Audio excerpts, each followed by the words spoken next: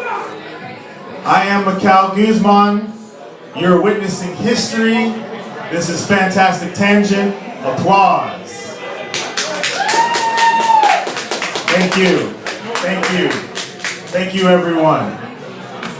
Tonight's history is even more historic than previous histories. My co-host, improv genius Anthony Toups, is indisposed tonight. So this will be the first episode of Fantastic Tangent, Season Toups. That is Toupsless. It's unfortunate, I know, don't be too bummed. Some of you came just for him. Just ask you to please stick around. This is the first time that I'm doing the show by myself. It is an hour-long show. Let's see how that goes. All right. So, times like these, I would usually call upon the assistance of my old pal, roommate, / sound engineer, Knockman. Previous episodes, I hired him to become my manager, so he became Knockman the Knock Manager. He performed a coup with Toups a few episodes ago to try to kick me out of my own show. He wound up not even being into it enough to continue that coup. It's a long story. You have to go back and watch episode 6 for the explanation of how I came back and how things got back to normal on the show. The point is, ever since episode 5, in that failed attempt, Knockman's gone missing. And I have no idea where he's at. So if you've heard from him, please let me know and contact me. Gonna take a small station break here due to technical difficulties. Slides have been, speaking of knock, these slides got knocked off, so let's see if we can get them back going here. Wow, I thought I was gonna be the worst part of doing this show alone. It's technology. Yikes, yikes. Okay. Let's see if we can get this on track.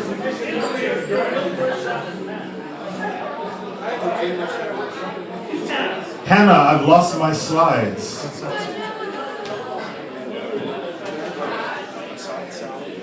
I don't know what to do.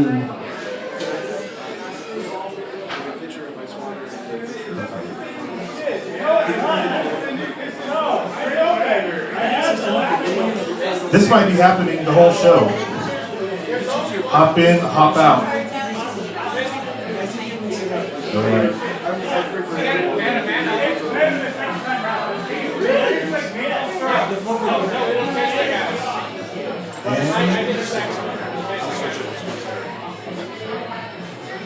Everybody applause, I fixed it.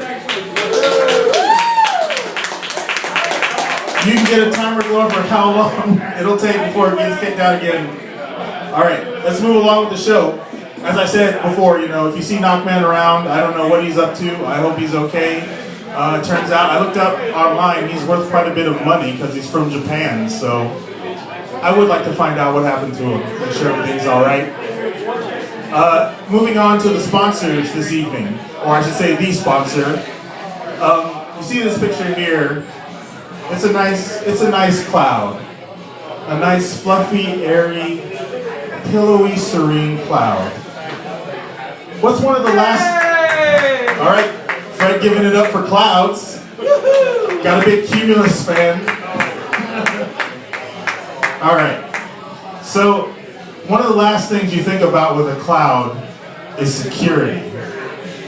So we've got this recent thing now where everybody's pleased with, you know, put your stuff up on the cloud. You can save things to the cloud. You know, your data is going to be perfectly secure there. Of course not. Do you really think your stuff's going to be safe? Oh wow, Fred just literally yawned right here, like feet away from me. He's like, carry on with this show. Damn, Fred. I'm exhausted. It's okay. You're exhausted? Why are you exhausted? I had half an Alka-Seltzer. I didn't know Alka-Seltzers acted that way. They make you drowsy? I stayed up all night playing computer games. I'm hungry also. Well, get some sugar in you. Do what you need to do. Secure AF. Yes. Thank you. You didn't see that part yet. That's getting ahead of the joke. So anyway, cloud data. It's not secure. You don't want to save your shit in the cloud. So our sponsor this week, Sham Safe. ShamSafe is a data protection service, the likes of which you have not seen before. They will ensure, without a doubt, that your data will be secure. How do they make this guarantee? First of all, they take your files and they put them onto physical media, be it a hard drive, a thumb drive, 5 1/4 floppy disk, whatever you got.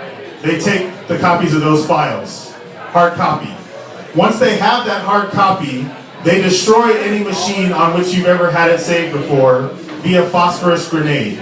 They completely wipe, they don't just wipe and delete the drives, they completely destroy any devices that the files are on. So there's no way you're going to retrieve the data, so that data is going to be secure on whatever that physical media is. They take that physical media, they give it to one of their associates. That associate locks that hard copy of your files into a literal safe. We don't know who this person is, we don't know which safe they put it in for an extra layer of security. You're not even going to know where the files are. That's how secure your data is going to be with ShamSafes. I mean, it doesn't get any safer than that, so at ShamSafe Security, they ask you, how safe are we? AF. All right, you get it. ShamSafe, secure AF. Sponsor for this week. As you all know, we're winding down. March Madness has officially ended. We're going to be moving on to the Final Four, which will be taking place in Houston, right down the street from here. I had an opportunity due to Trump literally suing me back into the Stone Age. I got an opportunity to travel forward in time, and I just brought the brackets back to this time with me so that I could gamble and make money off of predicting the bracket successfully. As you know, there were 64 teams, so to predict with 100% accuracy the brackets, you stand to win a lot of money. So I took that information, I brought it back with me to the present. I posted a couple weeks ago on the show my bracket, as you can see, which was the 100% accurate prediction of what the Final Four was going to be and who was going to win. Now, those of you that follow NCAA tournament basketball know that this is very, very wrong. As you can see by my current bracket, neither of the teams I picked are in the Final Four. Kansas will not be winning the championship. So you ask, you came from the future, you knew what the winners were going to be, how come your bracket's so fucking jacked up? Well, there's a lot of theories going around, there's a lot of conjecture about time travel, as far as, what happens if you meet your double, does that eliminate you? Are there, what's the quantum paradoxes that occur? Will the same thing happen if the future, no matter what, will the future stay the same? I'm telling you now, I learned the hard way via sports gambling, the future is not set. The butterfly effect is very real. Any chain of events can occur that will change your bracket from what you thought was going to be the answer, and you just wind up losing big time. Not worth it. Time travel, leave it alone. You've seen Primer, you should know better. Be happy with the present. Take it from me, a man who had to claw his way back to the present from the fucking Stone Age. Don't do it. If you see Doc Brown, just turn, no thank you. Just walk away. Just walk away, my friends. Speaking of time travel. I recommend Continuum, the TV show. Yeah, you see them? How many seasons did that turn out to be? I saw the first season. Now they came out, they released 4, right? There's 4 seasons? And it gets better, yeah. I saw them all. Maybe I saw as much as I possibly could on Netflix. It was 2, and then now there's 4. Now there's more. All right, so it's much better. Continuum's much better now. I have to seek some more out. I did watch Continuum. I liked it. The only thing is, not to be adversarial, this show is not about movies. It's not about TV shows. This is straight from the dome of Mychal Guzman. Yay! However, if you do want to listen to people talk about movies and TV shows and other geek things, he's signing his check now. He's like, okay, I see where this is going. Fuck you. You stick around. I'm a lead-in show now. I'm followed by the One of Us show. And those guys, I saw last episode, they spent the whole time talking about Batman versus Superman. So if you want to hear about shows and entertainment of that sort, stick around for that show. Should be good stuff. As a matter of fact, like about, let's see, 35% of my audience is here for that show right now. Continuing on. A thing that I've been meaning to do from the very beginning of this show starting, and I kept forgetting to do it every single last week. Obama. Yeah. Fred is a big fan of my Obama impression. Can you say that like Obama and I'll be quiet, please? That like Obama and I'll be quiet, please. Now. Let's be clear. You said you'd be happy with that. And that's what you got. That's all you're gonna get. Are we good, Fred? All right. National Day. When you look it up, every day has its own national day, and there's several of them, and there's some of them that are just completely out of left field and weird and wacky and fun. So I thought, I'm always looking for fun things to do on the show, put my spin on it. I looked up, what are some national days for today? March the 31st, right? I'll be able to do something with it. So here we go. First National Day segment. March 31st, a Thursday. First one. She's funny that way. Today is National and I'm not making this up. Today is National She's Funny That Way. I had no idea what the fuck this was about. Is it about giving props to female comedians? Lucille Ball or something like that? Is it just hey, let's take a day to remember, and appreciate females in comedy. She's funny that way. That's what I thought it could be. Carol Burnett. Right, Carol Burnett. So, Caitlyn Jenner. Anyway. Mary Tyler Moore. So I looked this up. There is no She's Funny That Way Day. I don't know how they managed to do this. It's just a fucking movie that came out in 2014. Directed by Peter Bogdanovich. I don't know who the fuck that is. And it had Owen Wilson. It had Richard, what's that comedian's name? He's on Curb Your Enthusiasm. Richard something. He came up with everything Lewis. Richard Lewis, yes. I love that guy. Yes, The Joke from Hell. All this, blah, blah, blah, blah. Richard Lewis is in it. Imogen Poots is in it, if you're a big Imogen Poots fan. Who is she? Who is the she? No, that's the thing. There is no she. It's just, it's National Know About This Movie Day. So I watched this movie. I think it must be of some significance if they managed to get a national day. I watched it last night. It sucked. It was boring as fuck. And that's why I don't do movie reviews, because it's hey, Mychal movie review, she's funny that way. Sucked. Was the primary character a woman? Yes, it was. Who was that woman? Imogen Poots, man. He asked who the primary character of the movie was. Oh, okay. She was playing, look. Who is that woman? Is she elderly? Now, let's be clear. Fred, you told me I did Obama. I wouldn't ask for any more Obama. It's okay, but I really love Obama. Oh, now I see now. You said you'd be good. So I wasn't clear enough. I wasn't specific enough. That's fine, though. That's fine. Now, She's Funny That Way is a movie about this woman. She's an escort. She doesn't want to be an escort anymore. She's in the upper echelons, though. She's not just fucking and tricking. She's acting as a muse for, creative, directors and writers. Basically, horny old white dude. So this movie is about how this woman doesn't want to be an escort anymore. And, in the meantime, there's these crazy hijinks of all these old white dudes that are fawning after her and, trying to, schedule her and, oh, one guy's in one hotel room. Who's next door? Another dude who wants her, too. I've spent too much time on this simply because I have an hour to fill. What about Richard Lewis? Was he in Richard Lewis played her father. Oh, he was in a film. What was cool about him was he was always in the apartment at home with the wife, and he just wore a wife beater and a ridiculously big cowboy hat the whole time. Really? So imagine Richard Lewis in a cowboy hat. Just we really know what you're doing. I can't do Richard Lewis, sorry about that.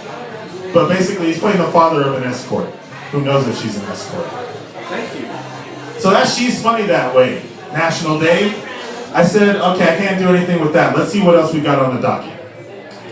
Today is also National Bunsen Burner Day. I'm just I try to credit myself of I can go off the dome on anything. That's what this show is supposed to be about. I take any topic, things pop in my head, you just give me something. I'm kind of like the Eminem freestyle of any ideas. I can just do something, I'll just go with it. Bunsen burner, I got nothing. It's a missed opportunity. opportunity for Bunsen Honeydew. Yeah. You know, okay, so it's funny you say that. He says it's a missed opportunity for Bunsen Honeydew. I did have a meeting with Toups. He was intending to be here. So we have meetings before the show where we talk about what we're going to do for the show. What I realized was, yeah, Bunsen, Professor Honeydew, and Beaker from the Muppets. So as we were talking, I was like, well, maybe I can use that in the show, but I just really couldn't think of anything past remembering. Because that was the thing I said, we can't use it because I 100% guarantee nobody in the audience is going to know who Professor Honeydew is. So there you go, proven wrong. And what I realized was the voice that I used for Knockman, Knockman's really just a take on Professor Honeydew, and I just forgot. So I thought it was a unique voice I came up with. It's really just a mimicry of that. That sounds like Meatwad. Bernie Sanders. It sounds like Bernie Sanders? Meatwad. He's asking you to do this. Oh. So I got a request to talk about Bernie Sanders. I will be talking about some tweets later. There was a thing with Bernie Sanders where a bird landed on his podium and everybody's like, yay, birdie! So it's like, oh, God tweeted Bernie Sanders, hey, did you get my tweet? Because it was a bird. Memes. It's internet for you. That's the closest tie-in I got with Bernie. Although, Bernie was impersonated very well by Larry David on Saturday Night Live. And who's a big character in Larry David's series Curb Your Enthusiasm? Richard Lewis. Bringing He's a it. detective in some police show. Frank. Don't chew with your mouth full. I mean, don't talk with your mouth chewed. Don't, whatever. You know what I'm saying. Next up, Cesar Chavez. Today is National Cesar Chavez Day. Yay! Speaking of Obama, he's the one who enacted this National Day and approved it. I was like, well, what can I do with Cesar Chavez? So I looked him up on Wikipedia, and it's kind of strange to say, as crass and as dark and as rude as I can be on this show. I actually liked what he stood for and what he did for the farmers and workers movement, so I didn't really want to mess with Cesar Chavez, so that just left me at an impasse. I mean, March 31st is also National Prom Day. I don't want to talk about both the times that I went to prom. That's a story for a different time. Would Obama be brave enough to talk about it? Yeah, Obama, just wait till Obama leaves office. He'll be brave enough to talk about everything. Obama's gonna be like the most media savvy fucking president you've ever seen. He's gonna be everywhere, man. So if you love you some Obama, just wait. When you talk about bad prom experiences, Will I talk about bad prom will experiences? Obama talk about his bad? Well, no, he won't talk about his bad prom experiences. He didn't have one. He's Obama. He was smashing that kush. Could he criticize you for having bad experiences and tell you to be better and like him? I'm talking too much. I'm sorry. Darn it. Should I just give Fred a microphone at this point? No, I don't want one. No. You don't want one. You just want to do a thing where you're just off to the side. Well, give us a hint about your prom experience, just a little bit. A hint about my prom experience. It was a double date. I only had one good contact that went bad. And the guy who was driving us to where we were going to go fell asleep at the wheel. Oh my God. So there's part of it for you. Wow. There's some hints about my prom experience. All right. That's exciting. Next segment. Toups' favorite segment. So much so that he couldn't be here. The conjecture rabbit hole. And speaking of Toups not being here, a little bit of conjecture that I'd want to do is trying to figure out why he couldn't make it today. First thing I'm thinking is, he started recently getting into going to the gym and lifting weights. He's all about getting on swole now. So I'm wondering, one of the things could possibly be, he's herniated something. As you can see from my slide here, another thing that might have happened was, he got sick of doing the fucking show, and he decided that he was just going to sabotage it by hijacking the airplay intermittently and throwing my flow completely off the rails. So that's another thing. Your voice is soothing. It's an excellent radio program. My voice is soothing. It's an excellent radio program, Fred says. which is good for the online people to doze off to at this hour. Ambien was a sponsor of ours at one point, which was counterproductive to a live show. It's like, hey, take this sleeping aid during my show. Hypnotize them then. Hypnotize them then. If they're asleep. The real conjecture I wanted to get into for this show is something that happened at work. At work, I keep to myself, and I kind of just overhear things that are happening, other people talking. I got to listen to some prime grade A choice cut conjecture this week at work, because there was two very young people, a young man and a young woman. And it started off with the young man had seen Jiro Dreams of Sushi, the documentary, which I'm sure many of you here are familiar with. He was not that familiar with it, yet he felt the need to want to talk about it at length. So he proceeds to tell the young lady about, oh, I love documentaries. I just saw this documentary about this sushi guy, and he dedicated his life, and he's in Japan. And it's like, it was so inspiring, and it was like so wonderful. Yes, it was so wonderful that you didn't remember the name of the guy or the name of the fucking documentary. That's how much it gripped you.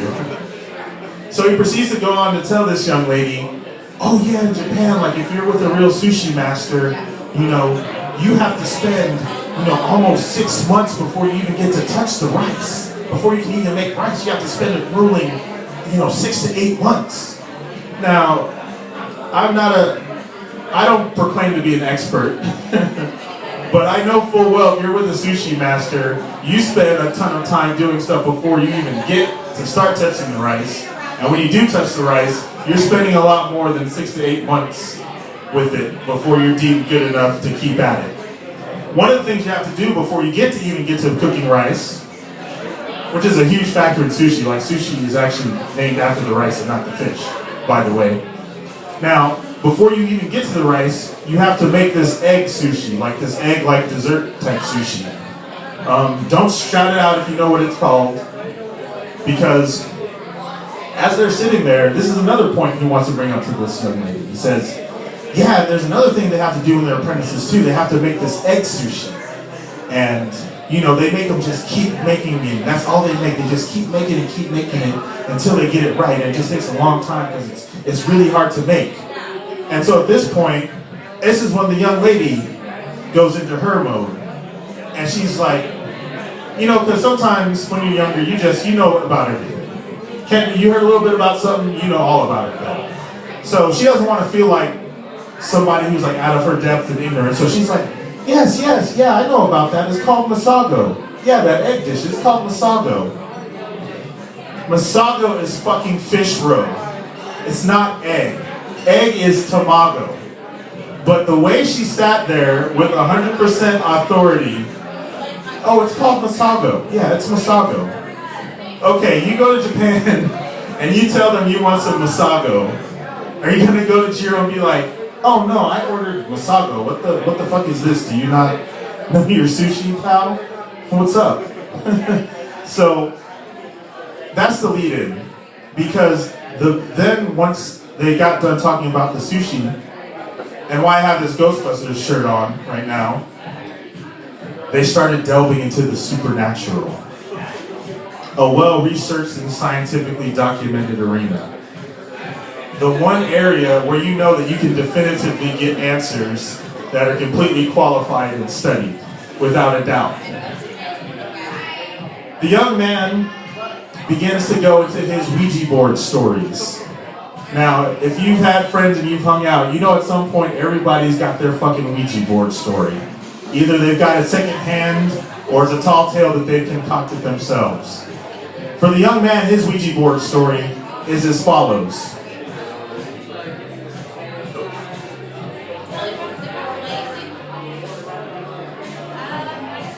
We did the Ouija board, and it moved.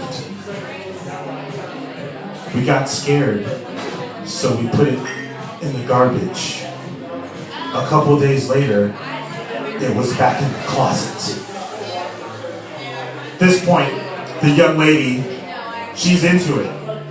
She starts immediately with that, oh, see, up, there you go right there. No, no, no, you should have known them dark arts, man. No, no, black magic, black magic. He's like, well, I'm not done. She's like, of course you're not. I see where this is going. I know where this is going, but go ahead, continue your story. Young man continues. So we did the Ouija board again, and it moved again. We got scared again. This time, my brother burned the Ouija board outside. And she's like, let me guess. It was right back in his closet, wasn't it? And he goes, yes, it was. Now here's what gets me. She didn't ask the question, oh, it was right back in his closet, wasn't it? She didn't ask in the sarcastic way that you would when you realize, yeah, of course there was a brand new Ouija board after you burned it because somebody bought a fucking new one and put it in there to fuck with your gullible ass. No, she said it like completely buying that this board went from a burnt, incinerated state and transmogrified itself back to new and put itself right back into the closet because it's evil. Much the same way Andrew was burnt to a crisp and we had his ashes here on the show, and yet somehow he has been brought back to life and is here before us, back from the dead. So she's buying it. I'm thinking maybe she's doing some top tier trolling, you know, like she knows that Ouija boards are bullshit, and she's like, well, let me just feed him and act like I'm falling for this shit, because of course, you know, there's no real Ouija board that got burnt and came back. You know, that's some movie shit. But no, she's really into it. And one of the reasons why I know this is because she comes out with this one. My ex-fiance, when he was younger, he was more open and sensitive to the spirit world and had connections to it. Since he's gotten older and more jaded, it doesn't happen that much. But under times of extreme stress and duress, he is able to channel it.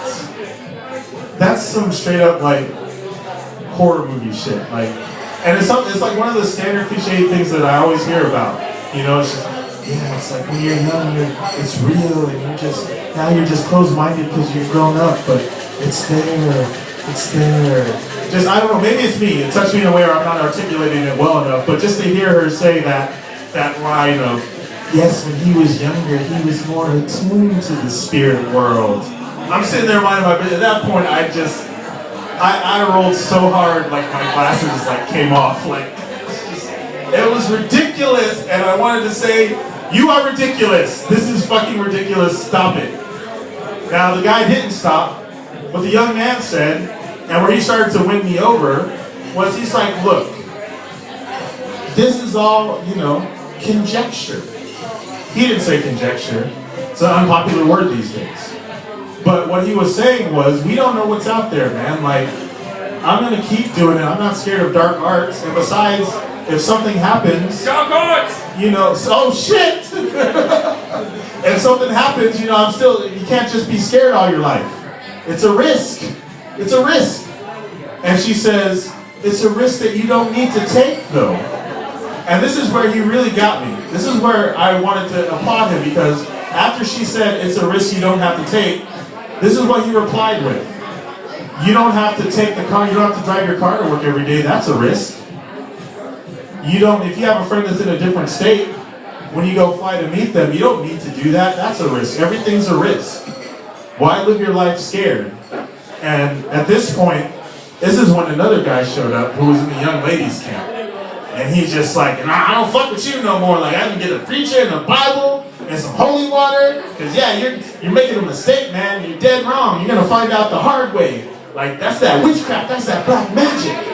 And the girl, a young lady, I should say, she just completely like, yep, that's what it is. It's spirits. It's demons. You know, it's for sure. And everything that came out of her mouth was just, it just had this air of 100% certainty. Like, she'd seen it. And she had the answers, like she was just omniscient. She knew for sure, just couldn't be told otherwise.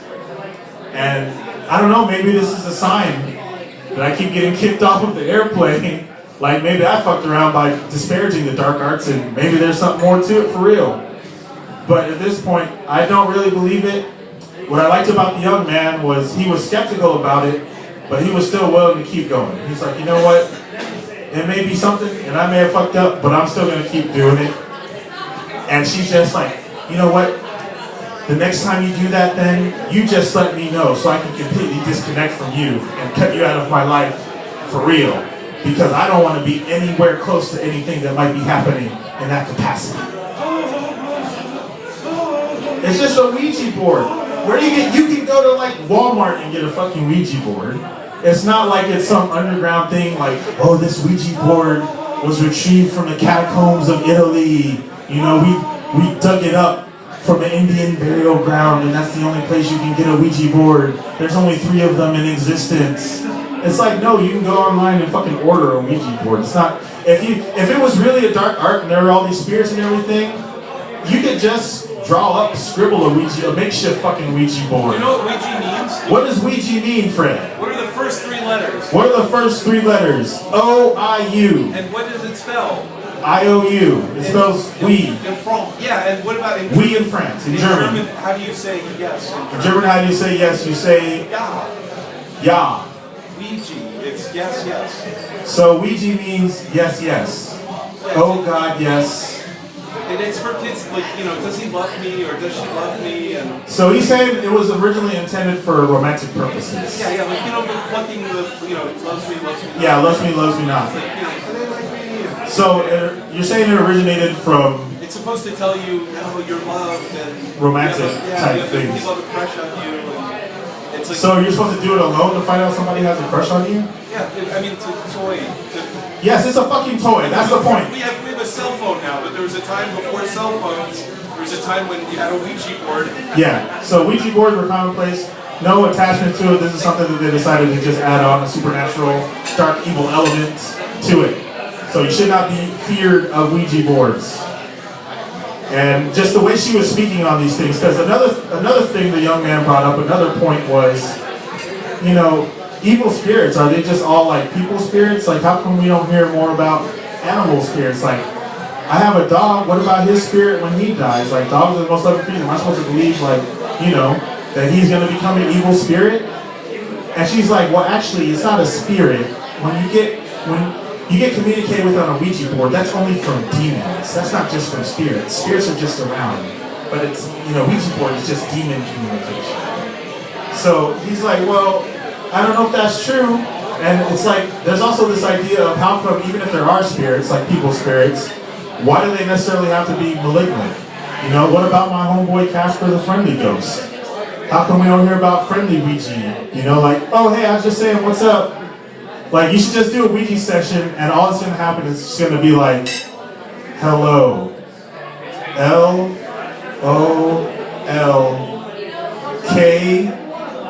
goodbye. So yeah, just this whole idea, you know, the conjecture rabbit hole is just about this concept that we have nowadays where we live in a culture where you just look at a little headline on an internet article, you don't even read the article, but you just take that little snippet and if somebody else brings it up at the water cooler, all of a sudden you know all about it. Like, I'm the authority. And like, that same person has done the same thing. You guys have got this cursory glance at whatever the topic is. You know, you got your 1 or 2 little bullet points, and you just take it from there and you just start sounding off of each other, just talking out your asses, not really knowing what you're talking about, because you don't want to be the one who succumbs and is like, look, I don't know shit about this, I don't fucking know. You know? One of the great freedoms in this life is the power to fucking just be able to say, I don't know. You shouldn't worry about looking stupid or ignorant. If you don't know something, you don't know. That's much better than just going out your ass on it, man. Like, I love, the reason why it's like, well, why fucking go off on a tangent about just conjecture? Like, so what? People bullshit their way through things all the time. This is why. Just the freedom to say fucking I don't know. I was in the Army. I was a sergeant in the Army. You know, I was a leader. I was in charge of getting certain things done. And there were problems that arose. And you know what freedom I didn't have as a sergeant? The freedom to fucking say, I don't know. And if you talk to anybody in the Army, and you ask them about the phrase, I don't know is not an answer, they'll tell you. So when there were so many nights when I served, it was just like, I cannot wait till I'm out and I can start going around and tell people, I don't fucking know. I don't know. Is this show any good? I don't know. I got a pretty good idea it's not, but hey, somebody might like it. There's probably 2 people watching online right now. I don't fucking know for sure. That's the point. So, long story short, if you don't know, not only should you not be ashamed, you should be proud to say it. I don't know. I don't know. Now, to a certain extent, because there is, now that I'm talking about it, there is a problem where we have people that are just willfully ignorant. Like, they just kind of love not knowing shit. Shit, I don't know. I don't know. Hey, you know, how long is this Big Bite special here at 7-Eleven where I can get a big gulp and a big bite for $2? Is this something y'all gonna keep doing? Because it's a really great special. I love hot dogs. Shit, man, I don't know. Enjoy it now, I don't know. So I guess I should kind of caveat and say, embrace saying I don't know, but do not embrace willful ignorance. Embrace finding out for yourself. Getting a little preachy right now. Let's continue on. Agnosticism. I completely forgot that I put a Ouija board up here for that's supposed to be my background as I explain the whole Ouija board story. Preparation, folks. Next topic. Quill. I just want to ask before I launch into this, is anybody familiar with Quill? I don't know. There you go. He says, I don't know. He says it proudly. Very good. You're getting it. You're getting it. That's the perfect response to that. Quill. Does that jog anybody's memory? Is that making it more familiar? Okay, I'm going to take you back to 2008. This new website came up. Quill. Now this website was proclaiming to be the Google killer. And as we can tell by how many people are familiar with it now, it was not successful. I heard about it when it came out and I was like, oh shit, I'm gonna get on that new shit. This Quill, have y'all heard about this? It's gonna be a big fucking deal. Nope, went away. So, much like that went away, we're going to a new Quill. Because the search engine results were so disastrous, like you just did not get the results you wanted when searching on this site. So it was so bad it got to the point where urban slang came up with a different definition for Quill. And that is a unit of measurement in Quill theory for the level of extraction away from the reality of a situation. So they're basically saying the search engine was so bad you would search for one thing and you would get something that was completely unrelated to what you were searching for. And it was so bad that they wound up coming up with this term Quill. Now, what I think of now, there's this new term that comes up, speaking of the Urban Dictionary, that's Netflix and chill. So I present to you Netflix and Quill. What is Netflix and Quill? You take the idea of Netflix and chill and you apply Quill theory to it. So you got Netflix and chill, let's add one layer of abstraction to it. You text the woman, hey, what's up? Netflix and chill tonight? If I take a Quill level one level of abstraction, Hulu. Hey girl, Netflix and Hulu? Let's take it further. Quill level, 2 layers of abstraction. I ask, hey, Netflix and chill? Cell phone disappears. Quill level 3. Hey girl, want a Netflix and chill? You become the girl. And you live the rest of your life as that girl. Quill level 4. Netflix and chill? You're the server now that hosts all Netflix data files. So on and so forth, further and further. This is the part of the show where me and Tooth are going to brainstorm and have some good banter back and forth about it. But instead, this is what you get. You be quilling. I be quilling, Fred says. It's better than that whole segment. Okay. Now, an interesting thing I wanted to do, I was speaking about the whole Bernie Sanders with the tweet and everything, talking about time travel. I decided I want to do a little bit of time traveling of my own by going back and taking a look at my Twitter history. Because in my mind, my perception is I'm a Twitter genius. I don't tweet that often, but I'm like, you know, I'd be dropping some good tweets up in here. So I decided I kind of check myself. Take a look at my history here. Let's take a look at what I tweeted 2 years ago, around this same time frame. Today is March the 31st. March the 31st, 2014. I tweet, an 18-year-old listed having strong eyebrow game is a popular thing. Greatest thing I've read this week. Some left field-ish right there. Y'all familiar with eyebrows on fleek? Andrew's come to a few shows, so he knows that we have a whole segment called On Fleek, On Bleak. Thing is, I tweeted this because back then, as I grew up, I was always into, like, I thought, you know what, I got some pretty good fucking eyebrows. Like, they're one of the best features in my whole physiognomy. And that's a classic way of saying your face, physiognomy. So you can take that with you for the evening.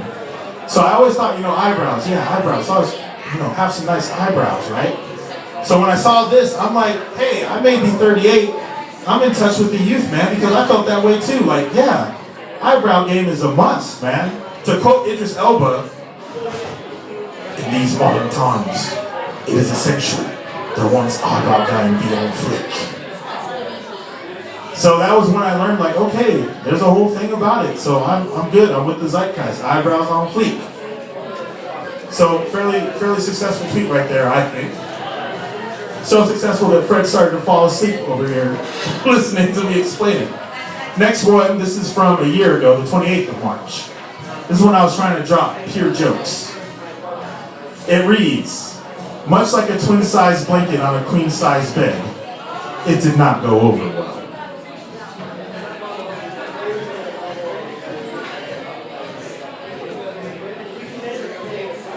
No? Open mic response? Fair enough. Sam! Sam Gonzalez is out there. You can't hear me right now. Anyway, gonna move on. This is something I wanted to talk about in a different way than a lot of people have been talking about it. Batman versus Superman. Dawn of Justice. A movie that recently came out. Now, you've read a lot, you've seen a lot.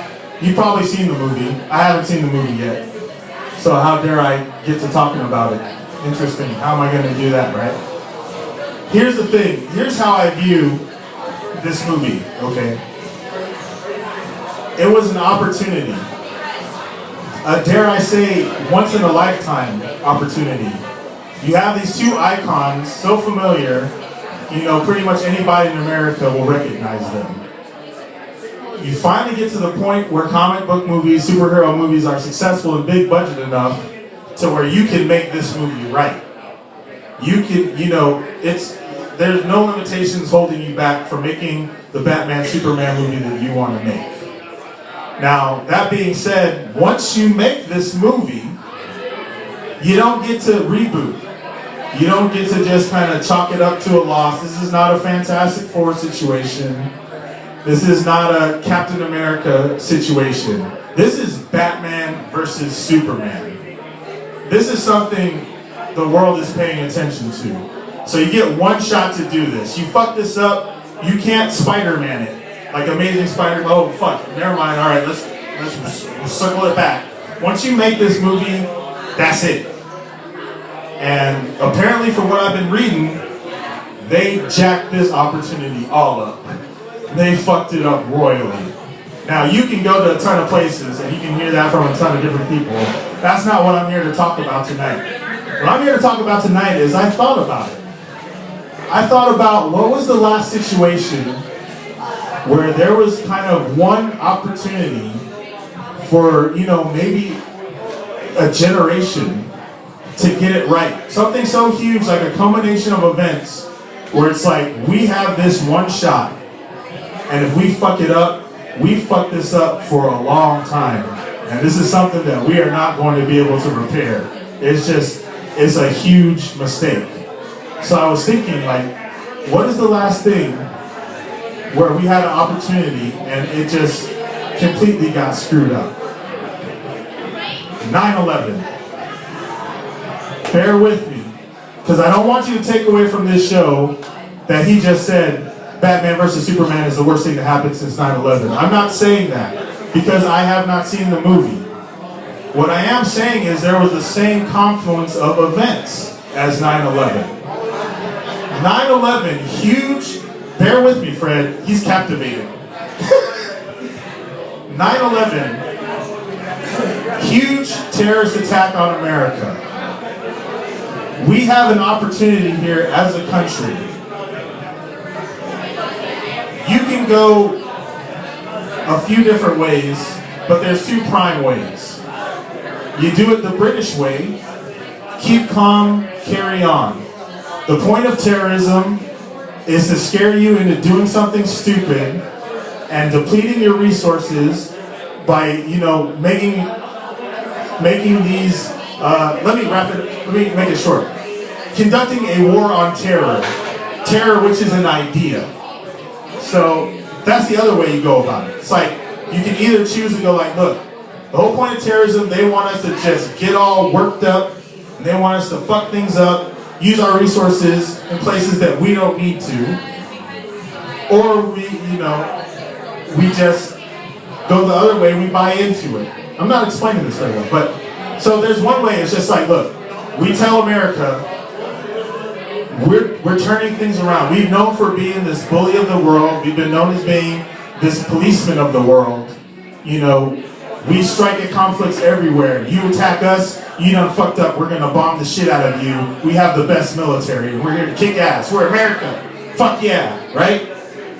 That's the way we've been doing things. 9/11 was an opportunity for us to turn a fucking new leaf and say, we're not about that anymore. You know, we can spend trillions on drones and new jets and bombs. No, we're going to spend that money on our own infrastructure, on our own education, on our own future as a country. Instead, what the fuck did we do? We fucked it up. We fucked that opportunity up the same way Zack Snyder and I guess Warner Brothers fucked up Batman versus Superman. And much like Batman versus Superman, this opportunity is fucking lost. So that's my review of Batman versus Superman, folks. I hope you enjoyed it. Now, you all might be relieved to hear I'm wrapping the show up.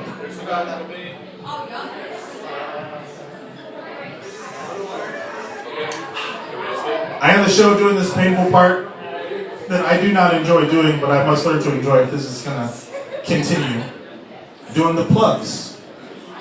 I call the plugs plug gulp, simply because I'm mad about the whole situation with the big gulp, which, you know, if you've been to the previous shows, you know that whole story. I won't get into it.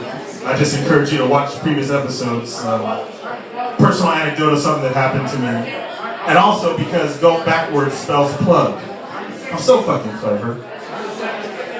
Anyway, to follow Fantastic Tangent, I've kicked up Fantastic Tangent operations. I've been kind of lackadaisical about it, but I'm kind of on this commitment to excellence type thing, you know. I'm a lead-in show now, so I have responsibilities. You know, I have to keep you guys engaged enough, you know, for the next show.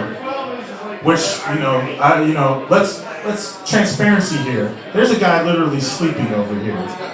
So what's a better wake-up call to me than to do better with this show, right?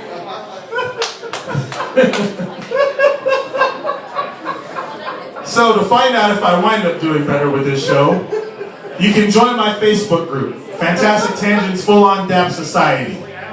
Why the long ass name? Because I am very passionate about Full On Dap.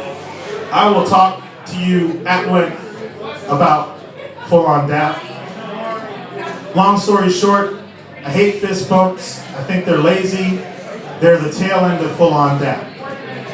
Andrew, do you know what Full On Dap is? I hope you do at this point, because you've been to a few shows. Please come to the stage and demonstrate with me, Full On Dap. If you take one thing away from the show, Fred, Yes. if you take one fucking thing away from this show, It's full on depth. yes, it's full on dap. Demonstrated as thus. This point forward, you do not fist bump your friends. You full on dap them. You give a fist bump dismissively to somebody you don't want anything to do with. Much like Obama would fist bump Kim Jong-un. So, full on dap. Public group, you know, I make announcements there. Should expect to see more little things here and there posted now that I'm ramping up Fantastic Tangent activities.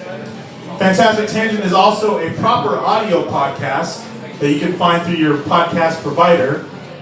And that's more of an interview style type thing, where I talk with people, you know, in my own style, not just the general run-of-the-mill type questions you might hear.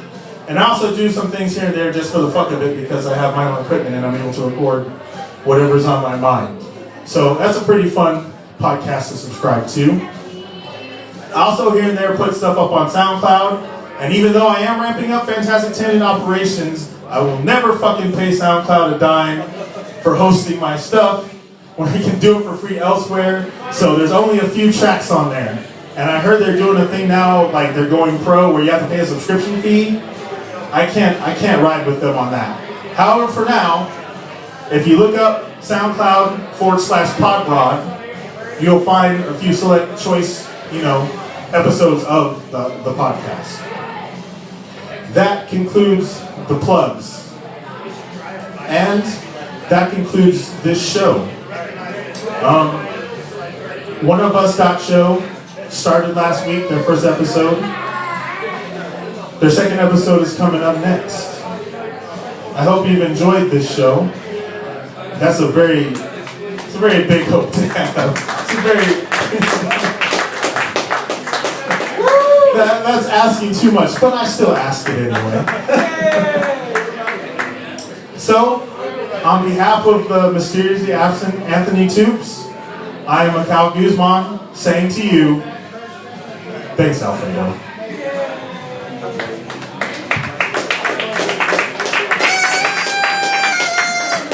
Six Semper Jocularis. Fred, the show's over. You want to come to the stage now? I have about 5 minutes to entertain you. I could? Really? Yes. You're a comedian, so there's a rule in comedy. You're given time, you must fill that time. I have an hour. My show is done, but I still have time, so I must fill it. Thank you. Ladies and gentlemen, Fred. What's your last name, Fred? My last name is Bothwell. His last name is Bothwell. I'm going to do a little short why I know Fred. I endeavored once to perform open mic comedy here at Mister Tramps. It went just as well as the show has went. Let's just put it that way. He also did a set. And there's only 2 people I remember from that whole night. And I sat through about, 13, 14 people. It was him and Andrew Cooksey. They were the only 2 that I was just like, okay, this is fine. I can get through this. So anyway, that's how I know Fred.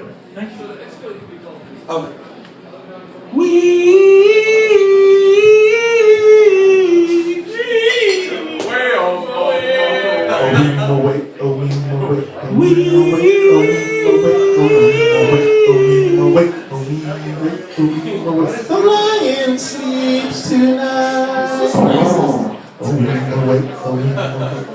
Okay, next bit. Okay. You want to trade jokes? You got one line? Yeah. It's audience like call and response. I'll say something and I'm asking you to say this. Okay. So that's a tough racket, bro. Are you ready? I'd like to hear you say to us in a clear voice. I'm very old. I'm very old. And I have a cat. Named Mittens. Hey, Mittens. Come here, Mittens. Come here, Mittens.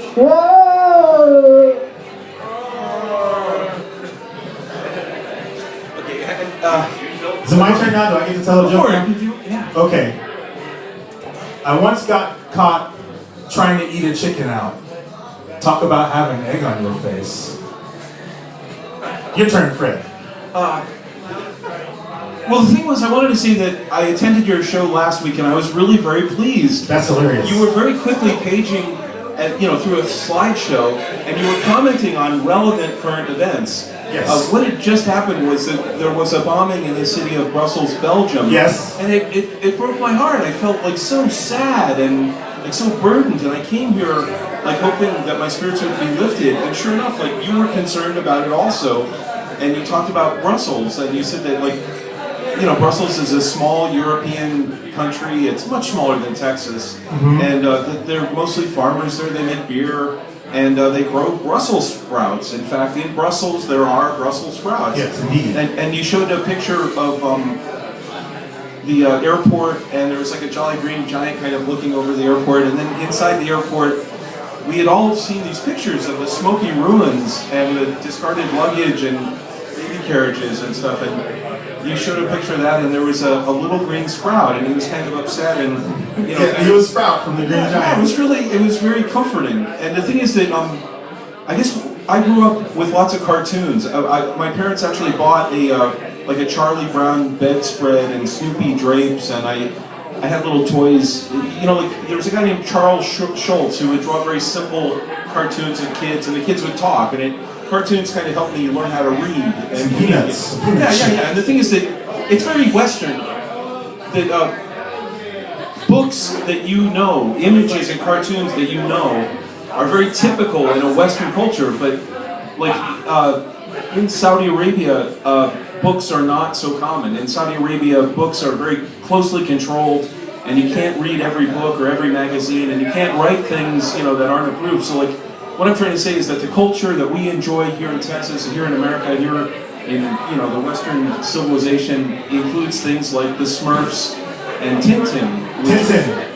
Tintin is a boy detective from Brussels, Belgium, and he was popular kind of, I think, in the 50s or 40s. Okay, so you are circling back to Brussels. I was getting worried there. Yeah. Then he had a dog named Snowy, and he came with Tintin. And yeah. I know Tintin. Yes, I think Spielberg actually made like a live action kind of animated film that's got really awesome reviews. I was online reading about the Tintin movie, and there was a guy that kind of looked like you with glasses, and he spoke intelligently about the movie, and then the Smurfs. The Smurfs are cartoon characters. They're drawn out. They're images. They're the kind of thing that you would never see in a culture that doesn't appreciate art and graphic art. And I think the people of Belgium are very much like Smurfs. That they're kind of like happy little people that live in the woods, and that the Belgian author that created the Smurfs was well appreciated, I guess. I don't know. But I think being here... How much time have I got? No, we're going to get 2 minutes or 10 seconds? You got... Come on up. You got... Ladies and gentlemen, coming to the stage tonight is a group called One of Us. They are animated, intelligent, informative men and women who love films like Batman vs. Superman. Yeah, Batman vs. Superman. And it says the dawn of justice. And I really wonder, does it mean there had been no justice, and all of a sudden justice arrived? And it just meant they wanted to tie it into the Justice League movies that are supposed to, So does the movie then explain the origin of the Justice League? Fred, I didn't see the fucking movie. I don't give a shit about it. Well said. Can Obama tell me that or something or not? Now listen, okay, let's be clear, Fred. I am busy running the free world. Okay, Fred? I don't have time. He's sitting around the theater. Racist. Looking at... That's well said. That's beautiful. You know what? Somebody said that was racist. How? Yeah, I don't know how that's racist. How could that be racist? We like Obama. As a half-black man like Obama, how's that racist for me to do an impression of Obama? Do you think all black guys sound alike? Because I think all black guys sound alike. He's being absurd. He's arguing the absurd point. I am not racist because I think all black guys... I'm half-black. I'm racist because I think all white guys sound alike. You're only half racist. Can Obama say what you just said? I'm racist because Say I am. What do you, Fred? What do you want? Okay, this is the last thing because they've got to start the show. What do you want Obama to say? Fantastic tangent. This is not the show. have a happy April Fool's Day. Folks, in America, here in Mister Tramps this evening, waiting for the next show, patiently and as politely as possible, I'd like to say sorry for taking up too much of your time with this meandering. We love Fred, however, and I say to you, now I've forgotten what the fuck I was supposed to say. But that it's right now is April 1st. Yes. Right now it's April Fool's Day. Please enjoy it. Enjoy your April Fool's Day, commencing in approximately half an hour, Central Standard Time. I'm a man who leads the free world, so I must know all time zones. Some places it's already April. One of us.show. Good night. All right.